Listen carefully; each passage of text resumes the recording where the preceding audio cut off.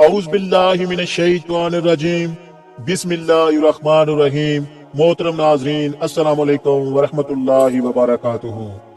آج ہمارا موضوع ہے منو سلوہ کیا تھا اور کس قوم پر اترتا تھا۔ منو سلوہ کیا تھا، اس کی حقیقت کیا تھی، یہ کس نبی کی امت پر اور کیوں نازل ہوا، کیا منو سلوہ جنت سے نازل شدہ کھانا تھا یا پھر اللہ تعالیٰ نے یہ دونوں چیزیں زمین ہی سے پیدا کی تھیں۔ منو سلوہ میں جس جانور کا گوشت کھانے کے لیے ملتا تھا، بنی اسرائیل کی قوم 40 برس تک ایک ہی میدان میں کیوں بھٹکتے رہی؟ اللہ تعالیٰ نے بنی اسرائیل کی قوم پر کن کن انعامات کی برسات برسائی، اس کے باوجود وہ کیوں اتنے بھٹک گئے اور اللہ تعالیٰ کی نافرمانیوں میں کیوں پڑ گئے؟ بنی اسرائیل ایک ایسی قوم گزری ہے جس پر اللہ تعالیٰ نے بے شمار انبیاء کرام علیہ السلام بھیجے، مگر یہ قوم رائے راست پر نہیں آئی اور اللہ کی نافرمانیوں میں مشغول رہی۔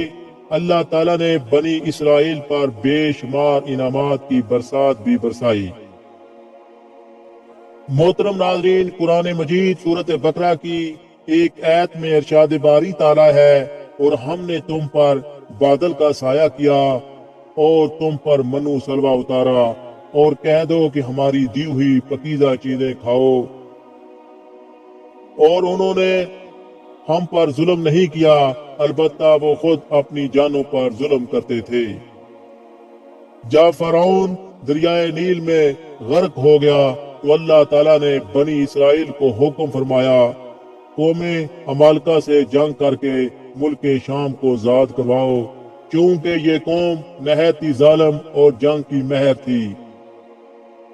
اس کے باوجود ان 6 لاکھ بنی اسرائیلیوں نے جنگ سے انکار کر دیا اور نافرمانی کی۔ یہ سزا ملی کہ وہ 40 سال تک 23 میل کے رقبے پر مشتمل ایک ہی میدان میں بھٹکتے رہے۔ وہ لوگ سامان اٹھا کر سارا دن چلنے کے بعد رات ایک جگہ پر پہنچ جاتے، اور جب صبح ہوتی تو وہ موجود ہوتے جہاں سے چلے تھے۔ اس جگہ کو میدان تہی یعنی بھٹکنے پھرنے کی جگہ کہا جاتا ہے۔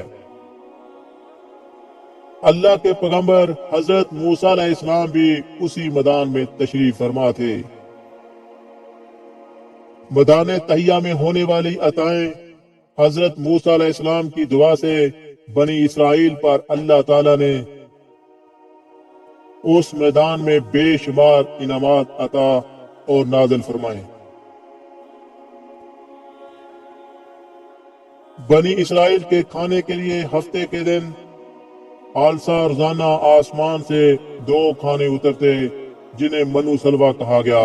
سلوہ کے بارے میں مفسرین کے مختلف اقوال ہیں۔ من کے بارے میں صحیح قول یہ ہے کہ یہ تہرن جبین کی طرح ایک میٹھی چیز تھی، جو روزانہ صبح صادر سے طلوع آفتاب تک ہر شخص کے لیے ایک حصہ یعنی تقریباً 4 کلو بمقدار اترتی، اور لوگ ان کو چاروں میں لے کر دن بھر کھاتے رہتے۔ بعض مفسرین کے نزدیک من سے وہ مراد وہ تمام چیزیں ہیں جو اللہ تعالیٰ نے اپنے بندوں کو کسی بھی مشقت اور کاشتکاری کے بغیر عطا کر کے ان پر احسان فرمایا۔ اور سلوہ کے بارے میں صحیح قول یہ ہے کہ یہ ایک چھوٹا سا پرندہ، اور اس کے بارے میں ایک قول یہ بھی ہے کہ یہ پرندہ بھونا ہوا بنی اسرائیل کے پاس آتا تھا، اور ایک قول یہ بھی ہے کہ جنوبی ہوا اس پرندے کو لاتی اور بنی اسرائیل اس کا شکار کر کے کھاتے۔ اللہ تعالیٰ نے قرآن مجید میں ارشاد فرمایا، اور ہم نے تم پر بادل کا سایہ کیا اور تم پر منو سلوہ اتارا، اور کہہ دو کہ ہماری دی ہوئی پکیزہ چیزیں کھاؤ۔ اور انہوں نے ہم پر ظلم نہیں کیا، البتہ وہ خود اپنی جانوں پر ظلم کرتے تھے۔ کوہ طور کا ایک سفید پتھر ان کے پاس تھا۔ جب پانی کی حاجت ہوتی تو اللہ کے پیغمبر حضرت موسیٰ علیہ السلام اپنا عصا اس پتھر پر مارتے، اور بنی اسرائیل کے 12 قبیلوں کے لیے اس پتھر میں سے 12 چشمے جاری ہو جاتے۔ یہ وہی آسا تھا جسے حضرت موسیٰ علیہ السلام نے نمرود کے جادوگروں کے سامنے پھینکا تھا، اور اللہ تعالیٰ نے اس آسے کو ایک اسدہ بنا دیا تھا۔ اس آسے کی برکت